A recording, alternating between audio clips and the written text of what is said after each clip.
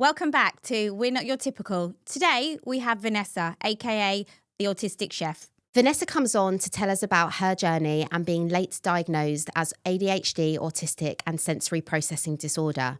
Not does she only talk about her personal life, but she also explains why and how things happen. Stay tuned. Hi, Vanessa. Hello. Thank you so much for coming on. Vanessa is also known as the Autistic Chef on social media, and we had to reach out because we were so interested to hear your story and who you are and all about you. So it would be wonderful if you could just give us a little intro and we'll go from there. Sure. I'm Vanessa, the Autistic Chef. I am turning 39 in a couple of days. You look wonderful. And at 35, I got diagnosed with autism, ADHD, and then sensory processing disorder. They all came not at the same time, but, you know, like kind of snowballing afterwards. I'm pretty sure there's other neurodivergences in there, but that's all I've got so far. And I last year was on MasterChef and got to the semifinals. I have now kind of dedicated my career to raising awareness for mainly ADHD, because that's what I am, and specifically around feeding issues and sensory issues around food. Which is so interesting because you're a chef. Yeah. That's probably why. Yeah, tell us more about that then. Yeah, I mean, I'm not a trained chef or anything. I just went on MasterChef, the amateurs, because it's been a hobby. But actually, me getting into food was a coping mechanism for all of the feeding issues that I have. Makes sense. Which I'm happy to get into. Yeah, definitely. But yeah, effectively, what you see now, me, is not how I started. And I help a lot of parents, especially neurotypical parents, because they struggle to understand why their child is doing a certain thing or acting a certain way. And that's where I have put in the work, because in reality, I need to understand my own brain. It's all well and good getting a diagnosis, getting a label or whatever they call it. But ultimately, that doesn't help me. It's just a name. You can call it a chicken nugget, you know? Sure. My child's got chicken nugget. Great. Yeah. Whatever. What does what that does that mean? And why does it mean that? And since I got diagnosed, I went through this journey where I was quite ableist against myself, and I'm like, this is like the end of the world. And now I've come out 3 or 4 years later, and I'm like the strongest neuroaffirming advocate ever. That's fantastic. Wonderful. Fantastic. But that came with me really sitting in uncomfortable places. And working on yourself Yes. big time. And why? Yeah. And I'm still learning, and I'll be honest, how to advocate for myself. And this year I vowed to myself that I would be the most authentic version of myself, because I still highly mask in situations, and I still overthink things, which is natural, but then choose to take the mask route. And that's where I want to change. I want to be like, I acknowledge this, and actually, It's okay. yeah, I'm going to own this and say, the reason why I'm not doing this is X, Y, and Z. Good for you. Like it or lump it. Good for you. So did you basically mask a lot of this during your whole childhood? I wouldn't say mask. I think it was I had to, like, you know, you don't know what masking is. Yeah. So it's effectively coping mechanisms and strategies I had to put in place to survive. So did you always sort of know that you were different from a young age? In all honesty, no. No? You know how a lot of people who have been late diagnosed, Yes. their story is very similar. I always knew I was different. Some say I felt like an alien, blah, blah, blah. That's not my reality. I didn't know I was autistic. I didn't know I was different. I thought that actually I was just not very good at handling situations in comparison to everybody else. In what circumstances? Socially? Everything. Okay. So how it came to light is in COVID, because my whole life, you wouldn't know, you know, I got a job, I went to university, I did very well academically, which we can get into, was not easy, but you find ways around it. And I worked in an office from 9 till 6, and it was only when COVID hit, I was like, oh my God, this is When amazing. you had nothing to do and you had to look at yourself. Yeah, but everyone was like, I hate lockdowns, I want to go out, and I was like, I hope Boris locks us down forever. This is amazing. And, you were allowed like a 1 hour walk a day or something stupid. Yeah. And I went for a walk with my next door neighbour, because at the time, this was like, 5 years ago, I was single. I lived on my own. I was single. I didn't really need the interaction, but I thought people are telling me I should, right? Because otherwise you get labeled as depressive or, whatever it is. Yeah. But I'm perfectly happy in my own space. So you were living alone? You just Living weren't alone. with someone living with them? Yeah, You weren't like with parents or anything? No. Okay. Living alone, single, everything. Yeah. And loving it. That sounds Right? unbelievable. And what I would Jeez. only do to live alone Don't say for that. a couple of hours. Oh my God. And it was great. So I would then go for a 1 hour walk with my neighbour who effectively has a background in psychology. And he assumed, and these are his words, not mine, that I'm so autistic that how can I not know? He said that to you? Effectively. It's not that he said it, he just assumed, right? So there was one day where I think he obviously, we all work from home. He was like, Vanessa, I can't do the walk. So I'm letting you know in advance. Equally, it's probably going to be raining and whatever. And I was like, why are you telling me now? And he was like, because, we have to do the walk at the same time and do the same route. And, if it's raining, then we have to like push it back to a certain time and keep each other informed. And I was like, what? Why? Why do you, why are you recognizing this? And he was like, well, it's because you're autistic. And at that point, I was actually offended because I was so ableist, right, about the view on what I thought autism was, right? And what was your view out of interest? Firstly, it's like a little kids thing. Okay. Can you be an autistic adult back then? I don't know. Just didn't. Well, you seem to not meet many. Also, Even 5 now. years ago on social media, there wasn't this kind of whole thing about raising awareness. There wasn't, females out there saying, oh my gosh, I went my whole life not knowing I had autism, ADHD, all these things. So, yeah, it was fascinating because, I got angry. Well, for me, I only knew autism as Rain Man. Yeah, Rayman That was or it. those. Yeah, That was it. Very stereotypical kind of And especially characters. in male figures as well. Correct. Yeah. Anyway, Yeah. cut a long story short, I started deep diving into it because that's also another trait. I then hyper focused and people think that you look at one social media post or somebody says you're autistic and then you Google it and you're like, yeah, I'm autistic. Yeah. That's not how self-diagnosis works. Like I literally put together a whole file, like 60 pages worth of why I think I'm autistic. And that's enough for the doctor to say, okay, confirmed. You think? Well, no, it must have been. No. Twice at the GP and I was told just get on with life. Like even if you think you are autistic, even look at the gaslighting language. Yeah. Even if you think you are autistic, just get on with life. Do you think they said that to you because you'd got on with your life for how many, 30 odd Well, years? one GP did say that. It was like, And I think just that's so continue living unfair. your life. I really do think that's really unfair. And my brain is very black and white. It's all or nothing. And I was like, I have to know. I have to know because it's actually like killing my brain not knowing. Yeah. So your friend that actually said all the little things about you having autism. Yeah. Did that start to make sense to you once he said it? Yes, That's but exactly what I was just going to ask you. Yeah. that didn't happen straight away. It came in the years thereafter. Okay. Because what it does is it's not a tick box exercise, as you said. Every autistic person is different.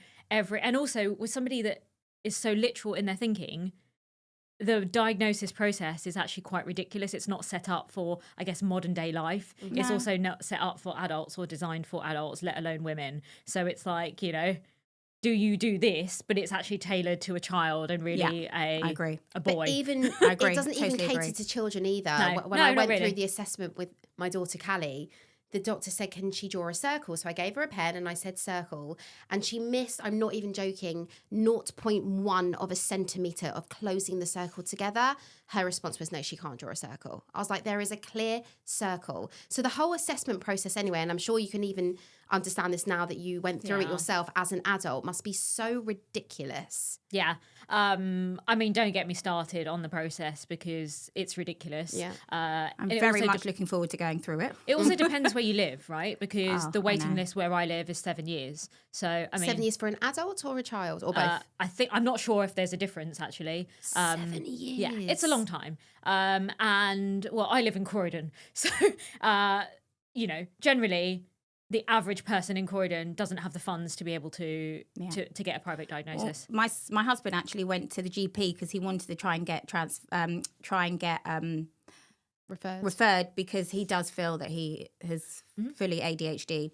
Is that recent? He went a couple of weeks ago, and they actually said to him, there's no point us even putting you on the list. You're better off going privately because we won't see you probably in this lifetime. Yeah. It's madness. I mean, I get a text every maybe 6 to 8 months from my son saying, hi, we're from the NHS. Just want to let you know, we still know that you're waiting. Yeah. Thanks, guys. Yeah. It's, story for another day. Yeah. And 100%. something that unfortunately can't be changed overnight.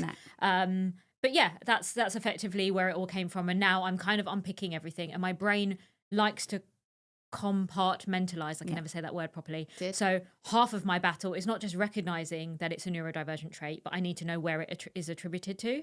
So I need to know what's my autism, what's my ADHD, and what is my sensory processing disorder. And actually, I am finding that my sensory processing is probably the one that has the most needs and is causing me the most distress in life.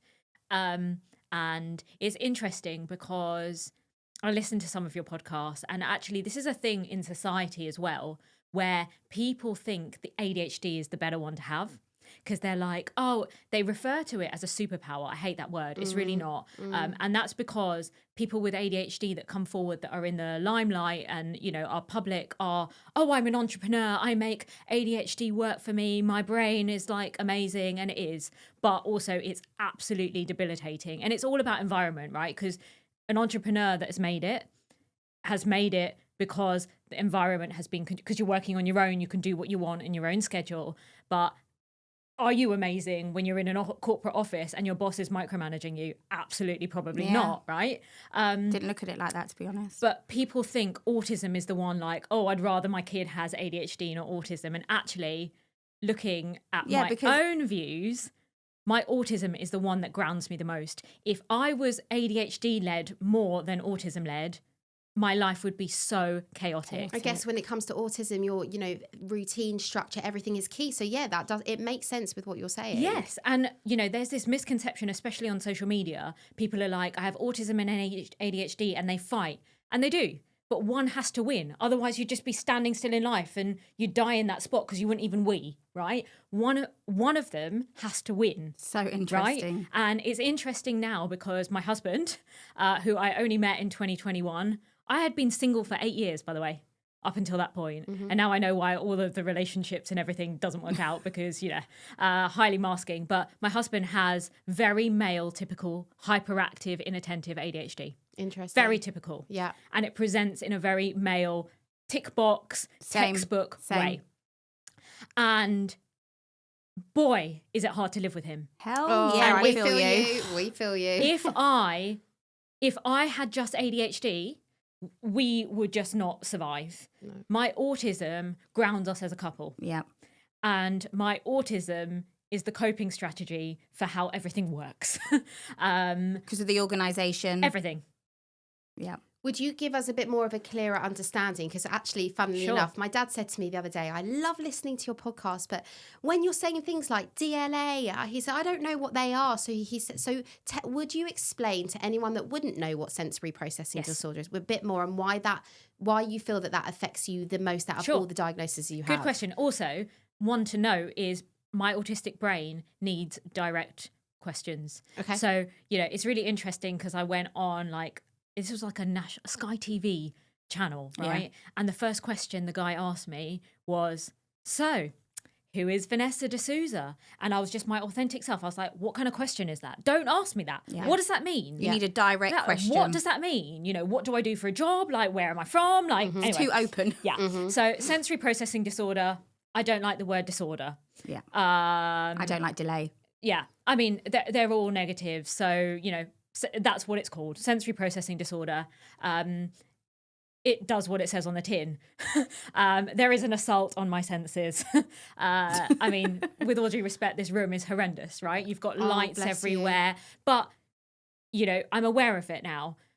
I know what I need to do in order to come into a situation like that. And, you know, I messaged you about 45 minutes ago saying I'm downstairs prepping myself in the cafe next door for this situation. And you know what I did to make it worse for you? I got the timing wrong for the podcast, and I said I prepared myself saying I am going to tell someone that is autistic that I've got the time wrong, and you took it so well, so thank you. It's okay. I've got nearly 40 years on now. Sorry coping to interrupt you. How would you prepare yourself? How do you get over that, knowing it's going to happen? Sure. So knowing is basically the number one thing. So I prepare myself, and I can't even tell you how much work I have to put in to be here on the same footing as a neurotypical person that you've invited on, that can come on and just maybe look at your bullet points and think, okay, yeah, I can discuss that. So I've had to watch YouTube videos of the studio.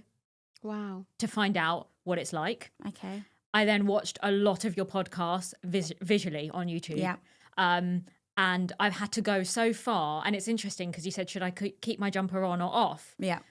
You guys have been covered in every single podcast, which has told me that the studio is not cold. I'm very sensitive to hot and cold. Okay. Right? You're so fascinating because...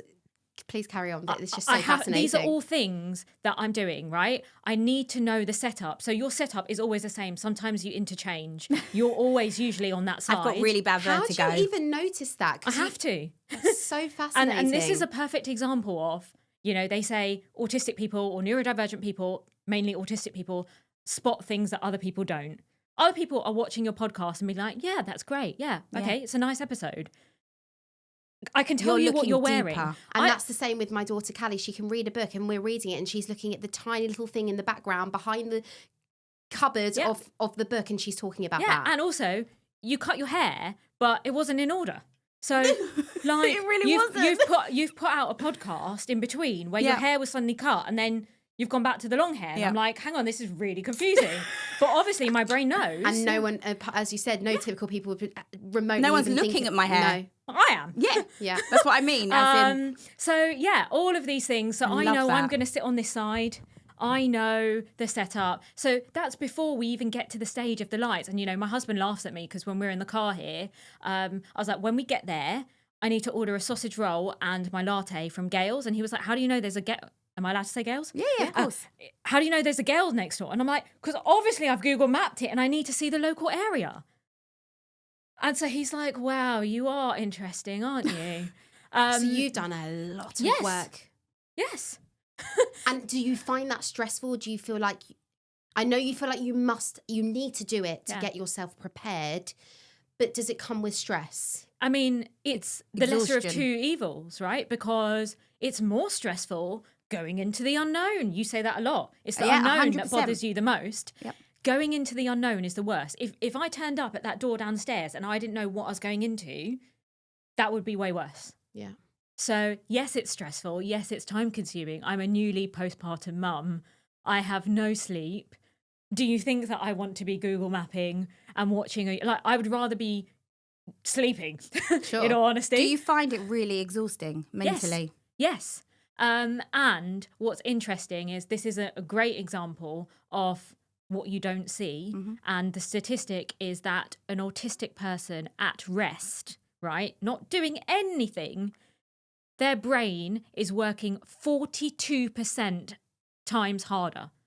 Like, honestly, 42%, that's nearly half.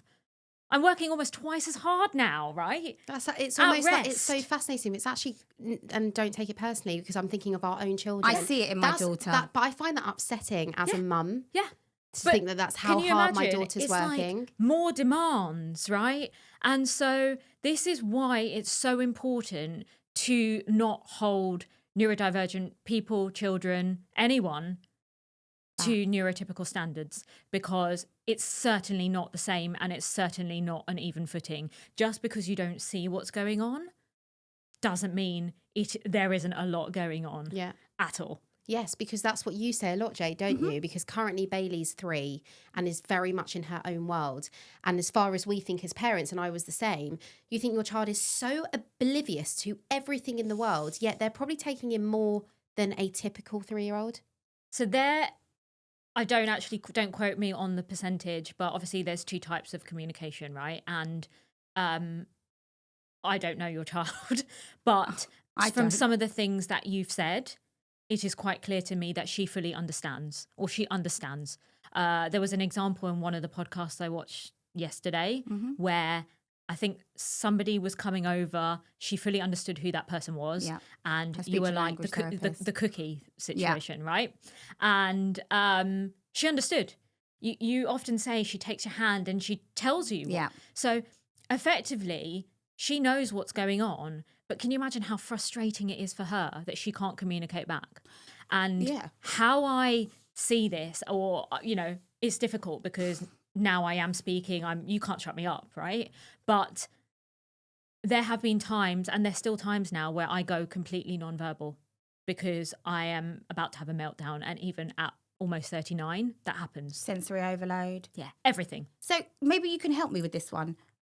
Is it more that maybe she doesn't respond to me because she's not interested in something? Has she got to be like super focused and interested in what I'm trying to do with her? Or is it when she chooses to or not? Honestly, I don't know. Only your daughter will know what's going on in her brain. But I know I can only speak for myself. Of course, that's right. And from my perspective, sometimes as an adult, I can't think back to how I felt as a child, unfortunately. But as an adult, you know how it feels to me that...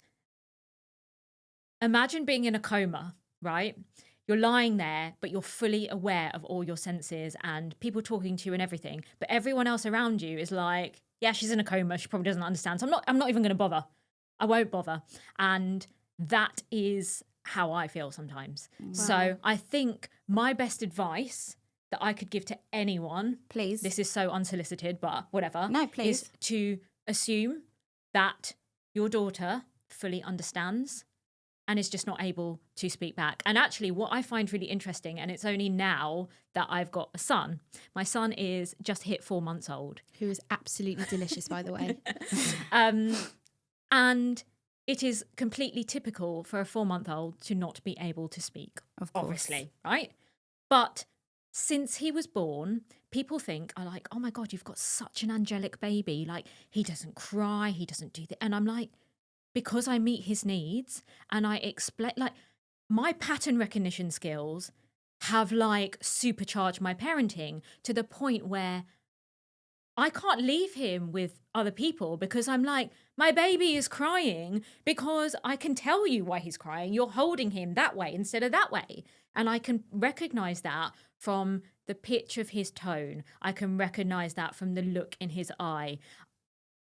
You do not need words to communicate. I totally agree with you. And how have we as society gone from that's completely acceptable when you've got a toddler to then holding them accountable to neurotypical standards where you're like, okay, my child isn't speaking, but we can still fully communicate. This is where I get really confused because I need to speak to her like she's typical. Mm-hmm. But then I'm also told sometimes use less words, maybe. I don't know how to parent this way.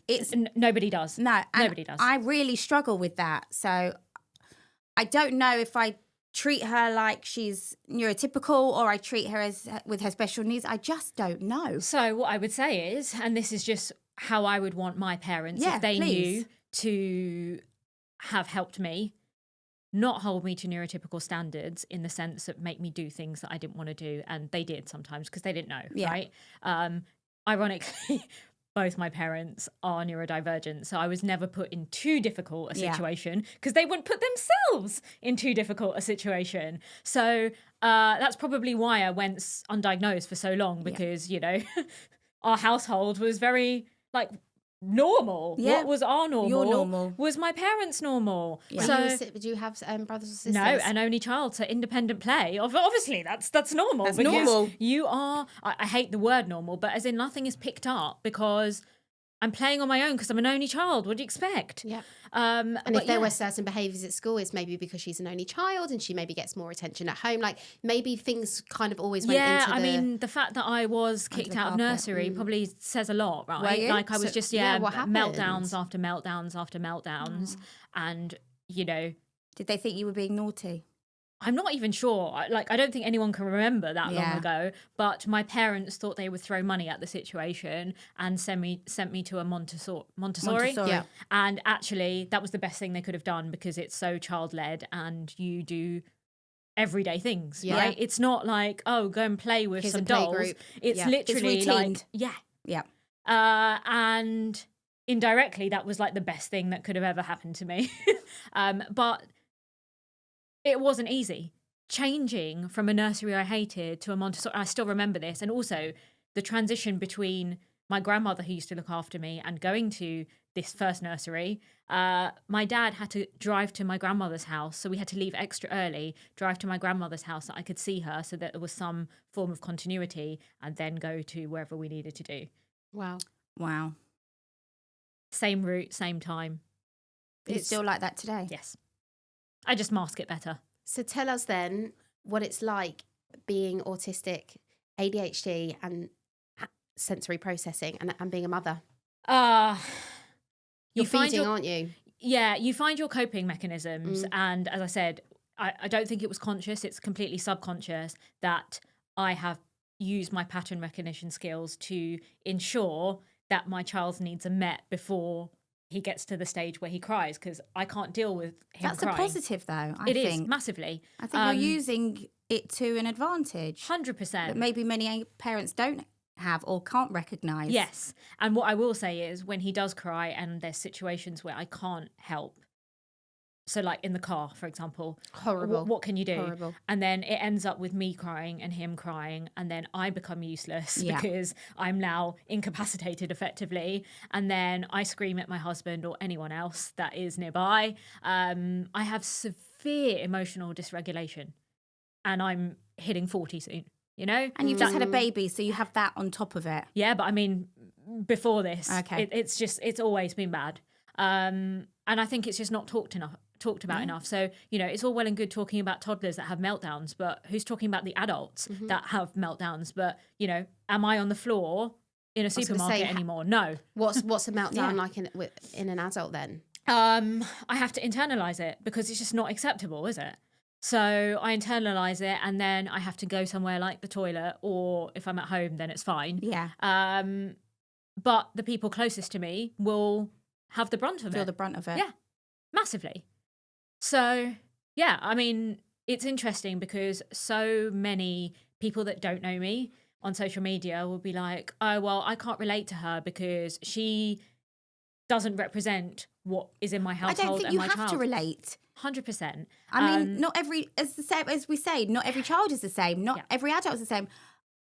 I don't think that your story has to be the same as everyone else for someone to relate to that anyway. Exactly. But I have so many mums basically sometimes bashing me, effectively saying, you know, well, you're not really that autistic, are you? Like there's, you know, there are levels of autism, but it's like, you know, you're not as autistic as my Do you know what? as That's my their child. shit. That's their shit. But it's interesting because we have felt like that sometimes. If we see a child that is fully verbal, that hits their milestones, we're like, how can our children be anything like this child? But as we're doing these podcasts and as Yeah. we're speaking to so many people, we're really understanding that, you know, they may have additional delays, like both our girls have delays as well as autism. Yeah.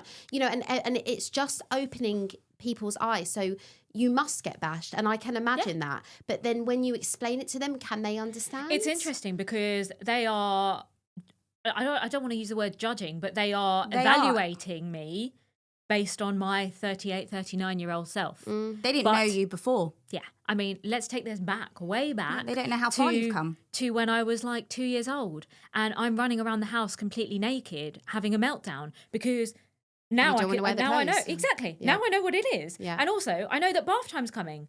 And yes, I love bath time when I'm in the bath. It's transitions.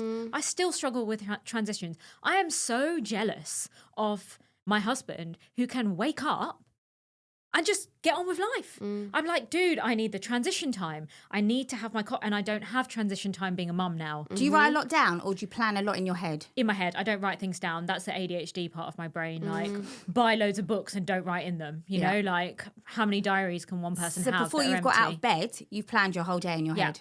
And then have to adjust and make plans if the plans go wrong. Because especially having a baby. Yeah. Because if those plans don't go wrong and I don't have a coping mechanism, I can't afford really right now with a baby to just be incapacitated. So can we talk a little bit about food, sensory with food? Bailey has real sensory issues around food, and she'll only really eat stuff that crunches and Dry? She loves a dry cereal. She loves a rice cake. She'll have the her Maryland cookies. She loves a Maryland cookie. She'll eat the odd chicken nuggets and chips and maybe some pizza, but that is it. Yeah. Obviously, I try and give her as many vitamins as I can to make sure she's getting the nutrients, but she also has milk still. Yeah. Again, I'm in the dark. I don't know. I never had this with my other 2 children. How do I deal with that? What do I do? Do I go and see a nutritionist? What do I do? In all honesty, this is my opinion. I find that medical professionals, whether it's a nutritionist or a doctor or a GP or whatever, I find them completely useless. They don't know the child. It's a very textbook situation and it's not applicable to the neurodivergent person.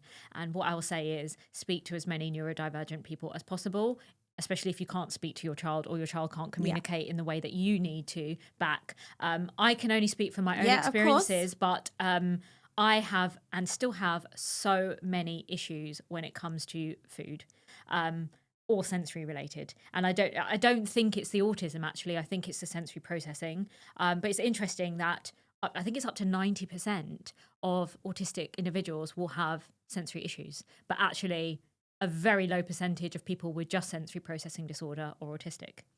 Oh, wow. Yeah. There's a big difference. Yeah. And for me, it's mainly around textures and senses. So smells. So I love dry and crunchy because it's consistent every time. It has no smell. It often doesn't have a smell. But it's more the consistency on the texture. Whereas you take something like a chicken nugget. If I honestly was to tell you how I would eat a chicken nugget if nobody was watching. I know what you're going to say. Yeah. Do you? You're going to eat it separately because the textures of the chicken and the together breadcrumb don't work. Yeah. Or I'd eat the edges outside and then I would transition, because that's a perfect transition then into eating, what's it called? Chicken coating. So there's no point putting 3 or 4 different things on her plate. No. Also, even now, at my age, there's some foods that I still need separate. Like, they can't touch. At all. Like, give us an example. Oh, everyone's like, oh, Sunday roast. Why on earth are you overloading so many different textures, wetness? Like, and then you're why shoving is the gravy all over it. It's just not, it's not going to happen. Like, it's my birthday on Sunday and my husband's like, let's go out for a meal. And I'm like, absolutely not, because everywhere does a Sunday roast. Absolutely not. Yeah. That's your worst nightmare. Yeah. And I find it obviously a lot trickier because she's non-speaking. How do I know what she wants, what she doesn't? You know what she wants. She pushes away what she doesn't. Yeah, she will tell you. Yeah. What she eats and what she doesn't eat. The amount of food I've had to go through. Yeah. And throw. I have a question just about sensory and foods, just please. Out of interest. Can you one day eat something and then the next day not touch it at all? Yes. See, this is Marley at the moment. He can have chicken nuggets one day and then we gave them to him yesterday and he was literally gagging at the texture. Yeah. So often, I have realised that it's not actually about the food, because the food is not an issue, right? In that situation, it's probably the build-up of other things that are going on around him. Yeah, I mean, he just came straight from swimming and then his daddy was home earlier than he normally is, so maybe it was a concoction of stuff. Too much. Because he didn't touch it. Yeah. I find she has to be watching something in particular that she likes for her to put food in her mouth. If she's watching something that she doesn't want to watch, she will not eat.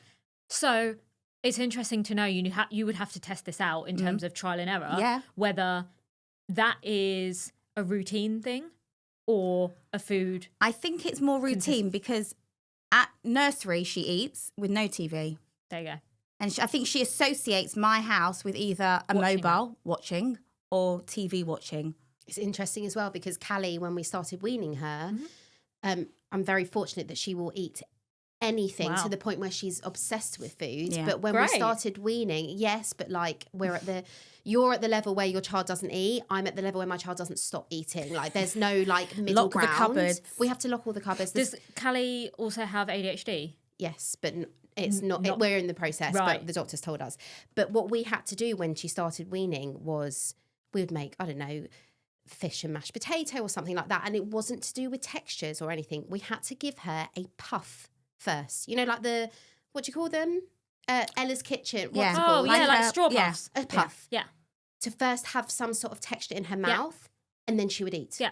So we had to always give You her relate to this, don't you? Yeah. So it's weird because I just sold my flat a couple of weeks ago, and unfortunately the house we're buying has fallen through. No So way. I am now hitting 39 and have Homeless. moved back with my parents. Oh, I've been there. And husband and baby. And it's so fascinating for me now because as an adult who is recognizing and unpicking traits within myself, to now see them in my parents. So as a thank you, you know, my mum and dad are helping me look after the baby. I was like, I'll make dinner tonight. I need pasta. My parents don't apparently care what they eat, so it's fine. So I made a sensory-friendly pasta that was okay for me. And no sides, obviously, because I don't eat veg. No veg at all? No veg at all. I could probably eat carrots if they were done in a specific way. It's probably the and last corn. vegetable I would Sweet choose corn. to eat. Okay, sweet corn's all right. But nothing else. Okay. Yeah. And my dad and I both have the same thing. And I haven't lived with them for many years. So it's something that I didn't know he did, but I know I do. We sprinkle crisps on our pasta. To make it crunchy. Because it's crunchy. And What an idea. And what about crispy onions? yeah, like in MasterChef, I was known for adding, you know, all the textural stuff on bits. top. Yeah. And also separating all the foods because I think it's down to the individual to put them together if they want. Like my husband is the absolute psychopath that throws everything on a plate Oh, he's a and doesn't care. psychopath. Okay. Doesn't care. That's what my husband does because they're ADHD. They don't care. They Doesn't just care. throw it on. Everything's in his mouth, doesn't care. Yeah. For me, that's an absolute no. So I don't mind things that are mixed, which is strange, right? So, you know, people think there's one hard and fast rule, right? So I don't like certain things touching. But when it comes to spaghetti bolognese, I don't want my spaghetti on one side and the bolognese on the other side, but I need it thoroughly mixed so it's even. But I think spaghetti bolognese, you just kind of know that it goes together. It's one word. I In a way. It's one word. Sometimes, but yeah, I I get my it. husband will put the pasta and then the dollar, you know, like On the top. very Yeah. No, it needs to Lady be and the full on. Tramp Yeah. style. Yeah. Yeah. It looks and good. I'm like, yeah, it needs to be thoroughly mixed. I'm so particular that everything needs to be cut in a very which makes me a great chef, right? Yeah. Because all of my stuff is cut in a very neat, but consistent. It's not even about neatness. It's about consistency because who wants one massive chunk of onion that is not texturally the same as like, you know, The rest. yeah. Yeah. So, I'm not a fan of like carrots, for example, in a spaghetti bolognese. And so when people tell me their children go mental when they've put in something in their food, and I'm like, I totally get it. You shouldn't have done it. Mm-hmm. And don't think it's a good idea to blend vegetable into your kids' They can sauce. taste them. Because if they're sensory sensitive, they will taste and smell it. And the And what you're lumps. going to do is put that child off for life and also abuse the trust between. And that's what happened with my parents. That's so They were interesting. so worried because I literally had so many. Right now, if I was to be a child in this day and age, I would have a pediatric feeding disorder and have a diagnosis of ARFID. Mm-hmm. And I actually am an ambassador for the Feeding Trust because it's something so important to me. And would you just explain what ARFID is? Sure, it's avoidant restricted food intake disorder. Effectively, a child eats less than 10 foods, Okay. right? And so they're just all safe foods. And it's interesting you would use the word safe, and I used to use the word Okay, safe. tell us. But actually, safe will imply that other foods are not safe. Okay. So what we should be saying, what is a better use of word, I'm not here to tell No, or go police for it. people's language, is same foods. Okay. So 10 of the same foods. Yeah. Because it's not to say that a food that person or child doesn't eat isn't or is unsafe, effectively. Yeah. So speaking of food then, Yeah. when you go to a restaurant, forget the noise, the people, the lights, the atmosphere, which is a huge sensory overload for you anyway. Let's just talk food, yeah. You Tell check us. the menu before you go. I will never go to a restaurant if its menu is not online. I Okay. then will call the restaurant to say, is that menu up to date? Because you'll be surprised how many restaurants don't update Oh, their yeah. menu. Yeah, we right? went Yeah. somewhere on Saturday night that didn't update it. I also will only go to places where I know the type of food, right? So you wouldn't just go on to deliver and be like, oh, this looks nice, let's No, order it. why would you do that? I mean, wouldn't do I that actually wouldn't anyway. either. My Yeah. husband goes mad because we have the same 3 things like circling. That's such a risk. Yeah, I agree. Yeah, it's a risk, and also a risk I'm not willing to take, No. and a waste of time. I wouldn't do And it a anyway. waste of a takeaway. Exactly. Yeah. Also, strategically, I wait to order. So part of my thing is I need to settle in. Yeah. But in that, I'm efficient in the settling in period that I look around and wait to see what other people order in the restaurant. If that's walking to the toilet to then gauge, that's what a burger looks like. That's what the pasta looks like. Oh, there's green bits on there. I don't want Forget it. it. Yeah. I did see on your social media that you left one restaurant and went to another one. Yes. Because do you that a just lot. couldn't Do hack that a it. lot. Yeah. Yeah. And could that be a restaurant that you know very well, but it was just that? Yeah. Yeah, but it was. It was a because great steak restaurant. I've been to it loads of times. But it was sensory overload because it was Christmas time. And I Right. thought I want to say the word safe in that situation because it was 3 p.m. Like, you're at work, it's in the city, but apparently when it's Christmas time, there's no rules. There's no work. And there's no work. And it was so loud. There was a Christmas tree, like just a lot going on. And there was so... Would like, that stop you going back again? No, I just would... Pick your Get up days. Yeah. and leave. Yeah. But this is what I always say, just going back to like having young children, and it was something that Jade and I discussed when Jade's at that stage of life where she would rather not go somewhere with Bailey knowing that it might cause an upset, whereas I'm kind of like you with the restaurants, go, and if we need to leave. Yes, there's a balance. I I think you just need don't to want take to a view. upset my child. Do you know what I mean? 100%.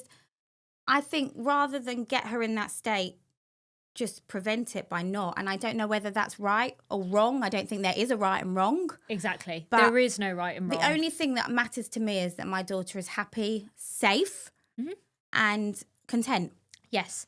And I think you need to take a balanced view between your two stances because as a child, my parents did exactly what you did. We're living a life. And that put me in some very precarious situations, Yeah. even having birthday parties. Yeah. I don't want birthday parties. Do you want one now? No. Okay, so never. And that doesn't so change. my birthday on Sunday, like people think, what is wrong with you? I don't want to celebrate. So all my friends are like, can we take you out to dinner? Yeah, no, I don't even get that. I love a one-on-one. And I'm birthday. like, no, because then I have to do that 20 times. I have to like go to a restaurant 20 times with 20 different people. Right. And they don't understand. Well, maybe they do, but the stuff that goes on before you actually step foot into that restaurant, the research you And have it's to do. weird now because obviously it's acceptable because I've got a baby. So people are like, oh yeah, it's okay. Like, I'm sure you just want some me time on Let your them own. not listen to this podcast then, because then they'll really know. But it's like... But it just shows though that everyone is different, because Callie's favourite thing to do is go to a birthday party, and we plan her party a year before her actual party because she needs... It's also such a stereotypical myth that all autistic people aren't sociable or, Yeah. you know, everyone's different. And for me, I find birthday parties sensory overload. Less so as an adult, but as in definitely children's birthday parties. It's just a nightmare. There's kids running about everywhere. Like, So the being a only thing you mum can count then- on is the food because you know there'll be some beige stuff there. Yeah. Yes, that's Yeah. true. Or the But bit of now crunchy you're a cookie. mum and your son's going to have birthdays.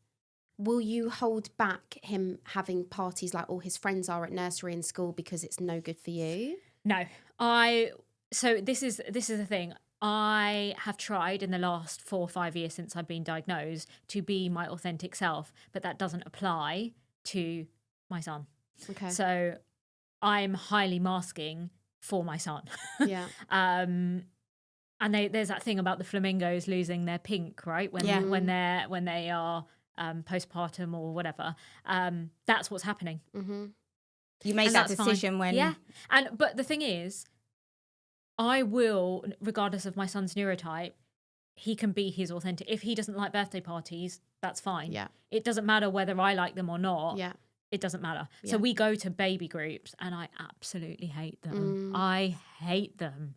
But unfortunately, he's a very sociable baby. And he likes them. Yeah, you know, And he's it's 4 so months great old. for He development. loves looking around.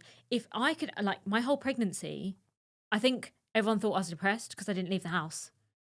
But that's how I was living my best life. How did you cope apart from that bit then, being pregnant? I hated being pregnant. I love being a mum. I love the outcome of being pregnant, but in all honesty, it was the worst time of my life. You have no control over how you feel or what is happening to you. And people assume that being autistic, the issues or the sensory issues that I have are because, you know, everything's changing. You're not in, like, but no, it's actually, I'm very logical. So for me, I know why things are happening. But it's the fact that I lost the ability to have my same foods because I went off things. I lost my routine. Those are the things I struggled with. You know, people think it's because, and also the things I struggle with now, even postpartum, is that I can't wear the sensory friendly clothing that I used to wear before. Yeah. And that is a big one for me. Do you prefer wearing baggy or tight? Both. Okay. So I need compression. And so I have to wear compression, but, you know, I'm not 20 years old wearing a bodycon dress anymore, unfortunately, and I definitely don't have the body to do that.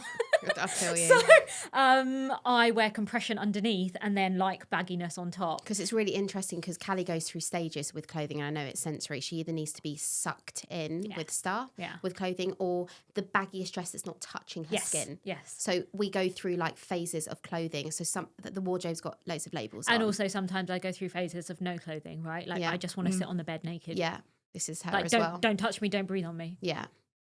I could literally sit here and listen to you all day. You're so unbelievably fascinating. Honestly. I think more people just need to be honest about things. And, you know, the issue that I have, especially on social media, is people are too generic. No one explains why. And as an autistic person, the thing I need most is the why. Yeah. The why is more important than the statement. I have sensory I've got issues. so many questions and so many... I feel like you need to come back for part 2. I think you're unbelievable. And it's so lovely to hear a perspective of an autistic adult. Yeah. I think also it would be amazing, because I know that we're mindful for time and we need to round things up, but it would be fabulous if we could maybe work together again and do like a live Q&A together, or just for other people. Because you've given us so many answers, hasn't she? Massively. So I know that you would help so many other people, because you're so right. It's not the statements, it's not the labels, it's the why. It's the why. It's the why. Really is. I'd like to just end on one example that a parent asked me. I was actually like consulting for a group, an autistic group, and it was full of parents, and one mother asked me, I just don't understand. My child is 6 and doesn't have any like issues with coordination or great motor skills, fine motor skills, but she keeps wanting to eat with this baby plastic spoon. Like, why? She can use a fork and knife. And I said, well, I don't know your daughter, but I know why I would want to do that. A spoon is easy because it's like one mouthful. A teaspoon in particular, I still eat with a teaspoon sometimes, right? It's small enough to be like not sensory overload in my mouth, but I can presume why I should pick a plastic one over a metal one is because metal is cold. It's an added sensory element. And she's like, oh my gosh, why? Like all these things. I mean, there's so much. Yeah, and she's like, I keep forcing my child to eat with a fork and knife. I'm like, don't. Just let her be. She's living living that her Callie best took life. a baby plastic spoon the other day over a stainless steel, and that was her choice. Totally get it. So, yeah, really interesting. Well, thank you so Thank you much. so It's much, been Vanessa. really wonderful, honestly, to have you on. Honestly, you need to do more of this. I will. That's my 2025 goal. Yeah. I think I've taken a couple of months off now for mat leave, but I'm ready in 2025. She's now to back. go. I'm back. She's back Yeah, and she's baby. ready to go. Thank you. Thank you.